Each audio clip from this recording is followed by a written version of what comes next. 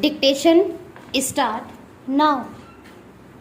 I am always glad to have an opportunity of meeting different sections of people. There is no doubt that the business community is playing, and I hope will continue to play an important role. I think there is absolutely no contradiction at all in the policy. As you, Mr. President, have mentioned just now, we do not think that the private sector has an important part to play, but we think that what goes by the name of pragmatism is precisely what you have condemned in the latter part of our speech. That is expediency on the part of the very small section of the people at the cost of the larger section of the people, and unless the business community realizes this, it is no use talking of obligations to the public unless you know exactly what that means. It is no use talking about pragmatism unless you know where in the interest of the country lies. It is no use talking even about desirability of production unless we know production for what. Do we want to produce for the sake of producing, or do we want to produce so that the standard of living of the poorest of our people can be raised? You began and even ended on a pessimistic note. I beg to differ with you. I think there is a buoyancy in the country, in the economic field, in the political field, and in the social field. I think never has India at any time since independence been better poised for advance and for going ahead at a faster rate than it is today. There are many difficulties in our way.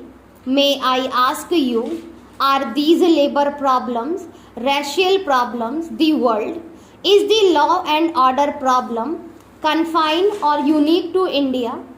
Is it not forced by the United States of America or by any other country which you choose to pick out on the map of the world? Let us be realistic when we are facing these problems. The business community has first of all to learn not to run down the nation. You have condemned for running down the private sector. May I ask you to look at the speeches which have been delivered through the years and the number of speeches which I have sat through condemning the public sector. As you, Mr. President, have said in your address, there can be no economic progress in conditions of instability, uncertainty of economic equality. Will receive a setback in any such environment and in all situations in which law and order breaks down. It is the poorer section of the society who suffer more than the affluent section. But I would like to draw your attention to one thing. Stability cannot be and should not be equated with the perpetuation of the status quo.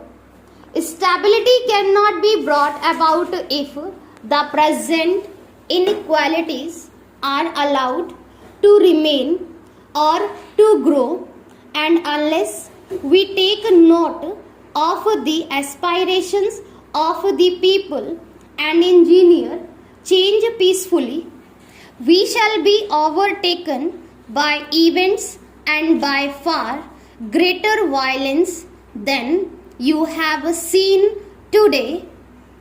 Today there is an atmosphere of restlessness in our country and also in every other country in the world. And even in the most affluent of societies, as you may have noticed in the media, and countries that were quite until recently considered to be heavens of peace and prosperity, do not seem to be quite so now. A new generation is coming up into prominence in all the countries whose attitudes and beliefs differ from those of the older generation in all spheres of life. Therefore, whether it be politics or business and industry, we must take note of this new development and refashion our policies and programs so as to respond more readily to the needs of the changing times. Your speech, Mr. President, clubs together the concentration of economic power and political power and considers both to be undesirable. Now, there are adequate safeguards in our political setup against the concentration of political power. Our federal system, with its allocation of powers as between the center and the states, is by itself a corrective against any trend towards the concentration of political power. We have now the phenomenon of different political parties holding power in different states and in the national sphere also. We have a powerful opposition subjecting very move of the business should ask themselves frankly whether there are similar correctives against abuses flowing from the concentration of economic power. What action has been taken in our country to build up active organizations of shareholders, consumers and small businessmen in the absence of organizations of this nature, exercising a countervailing influence against the concentration of economic power? Government had to step in, whether it is the nationalization of banks or the monopolies legislation which is now on the anvil.